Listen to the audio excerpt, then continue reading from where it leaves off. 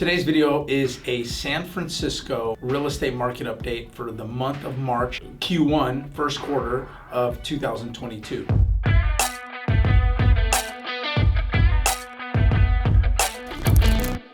Hi there, my name is Joe Polyak, local San Francisco Bay Area real estate agent with Rise Homes. I make videos like this for people who might be thinking about buying or selling real estate or just want some more information about the local San Francisco Bay Area real estate market. So hope you enjoy this video, and please don't forget to smash the like button, subscribe to the channel, and please comment. Feel free to comment with any feedback you have as well. Let's jump right in. I'm looking at the monthly report that's provided by the San Francisco Association of Realtors. Let's just read through it. So March 2022, nationally, existing home sales recently dropped to a 6-month low, falling 7.2% as buyers struggled to find a home amid rising prices and historic low inventory. Pending sales are also down, declining 4.1% as of last measure, according to the National Association of Realtors. Builders are working hard to ramp up production. The U.S. Census Bureau reports housing starts are up 22.3% compared to a year ago, but higher construction costs and increasing sales prices continue to hamper new home sales, despite high demand for additional supplies. It's the same old story. Very low supply, record low supply, high demand. But now what we're seeing is what hasn't been seen for several years are rising interest rates. Nationally, that's having a pretty significant impact on the amount of homes that are actually being sold. So new listings were down 25.9% for single family homes and 31.5% for condo, TIC, co-op properties. Pending sales decreased 2.1% for single family homes and 10.1% for condo, TIC, co-op properties. That data point is actually for just the city of San Francisco. Again, very, very low supply. Now, couple that with the next paragraph. The median sales price was up 17.7%, $2,030,000 for single family homes, and 0.3% to $1,225,000 for condo, TIC, and co-op properties. Months supply of inventory decreased 46.4% for single family units and 44.6% for condo, TIC, co-op units. So obviously that's a significant jump year over year for single family home sales. So in 1 year, the single family home median price went up 17.7%. Again, that's more of the same, low supply. But this was for March of 2022. So what that means is most likely, most of the time, those homes accepted an offer in February. February still had interest rates below 3.5%, maybe even oftentimes being below 3%. So what you had was a major rush in the months of December, January, and February by home buyers who were willing to pay more money to get into a home while interest rates were still at record lows, hovering around record lows, because there has been news of an anticipation of interest rates, mortgage interest rates, increasing per the guidance that the Fed has been giving. People were expecting mortgage rates to rise, so a lot of people came in and bought homes and drove up prices, and hence why you see those closings, because generally we have 30-day close of escrow time periods, sometimes shorter, maybe sometimes a little bit longer with delays, but for the most part you see the data that happened in March most likely came from February and even a little bit from January sales. Across the country, consumers are feeling the bite of inflation and surging mortgage interest rates, which recently hit 4.6% in March. According to Freddie Mac, rising 1.4% since January and the highest rate in more than 3 years. Monthly payments have increased significantly compared to this time last year, and as housing affordability declines, an increasing number of would-be homebuyers are turning to the rental market only to face similar challenges as rental prices skyrocket and vacancy rates remain at near record low. Interest rates have risen and they are now hovering, and what we're hearing is oftentimes the 10-1 ARMs among the lower rates are in the low 4s, and 30-year fixed mortgages hovering around the mid-4s, with sometimes even reaching into the 5s. Now, we are hearing some banks are giving special relationship pricing or employment pricing based on your employer. For example, First Republic Bank is giving Google employees a really good rate. Aside from those particular circumstances, and you should be checking with your realtor and with lenders to see who might be offering you special discounted interest rates based on who your employer is, you should be double checking that. But aside from that, interest rates are pretty high. They're at the highest they've been for 3 years, since at least before the pandemic began. Obviously, that should bring demand down. So far, what I'm seeing right now, personally, and what I'm hearing from other agents as we network regularly and talk about what's happening in the market, is that the number of offers are down a little bit and activity is down a little bit, as many people probably did get priced out of the market. However, sales prices for the most part have not really changed, and they are in line with recent comparable sales. For instance, we sold a property in February. We ratified, the offer was accepted in February. We listed on the market, I believe, around early February. This is in San Francisco, in Portola neighborhood. 2 weeks on the market, accepted an offer, and then 1 month close of escrow. It actually delayed by a week, and it closed escrow in March. Now that property sold for $150,000 above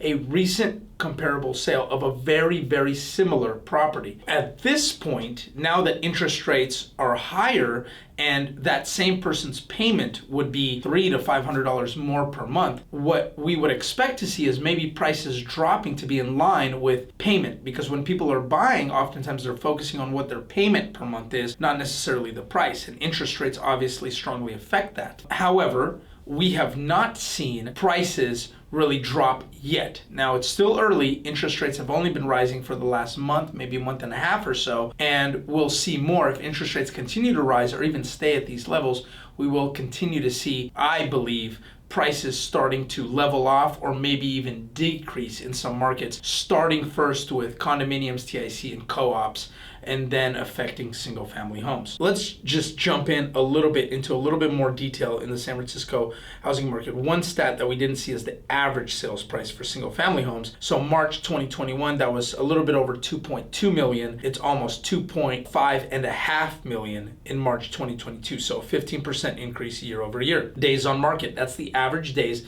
that a home is on the market before an offer is accepted. When a home is on the market, that means it's been input into the MLS, the multiple listing service. It gets synced to all the Redfin, Zillow, Trulia, all the websites, and then an offer is accepted. With the average days on market, I'm actually not sure if this is mean or median, but either way, 15 days on market as an average is unbelievable. And that is telling us that homes have still been selling very, very, very quickly.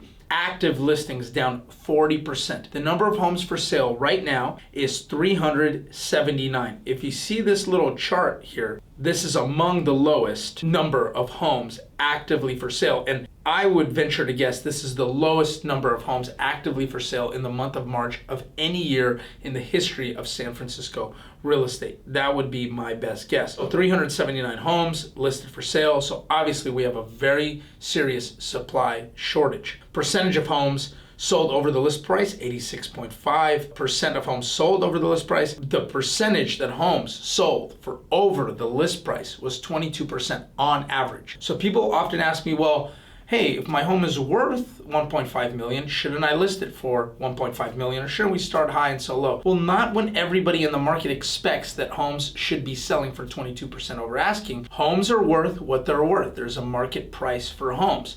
Your list price, generally, in our area, it is a strategic marketing tactic rather than an accurate reflection of the market value of your property. So generally speaking, we do want to always list a home for 10, 15, and now we're seeing 20, 25% less than what we think the market value is based on the comparable sales. And that will generate a significant amount of activity and multiple offers, even in this higher interest rate market that we're in currently. Let's just jump to condos and see the same thing. New listings down, pending sales down. We went over that. Sold listings down. Median price not up very much. Average sales price is up 3.8% from 1,369 to 1,421,000. Condo market has not increased significantly. Let's take a look at active listings because I want to zoom in a little bit on this chart. So there was 1,585 active listings in March of 2021 and 1,125 in March of 2022.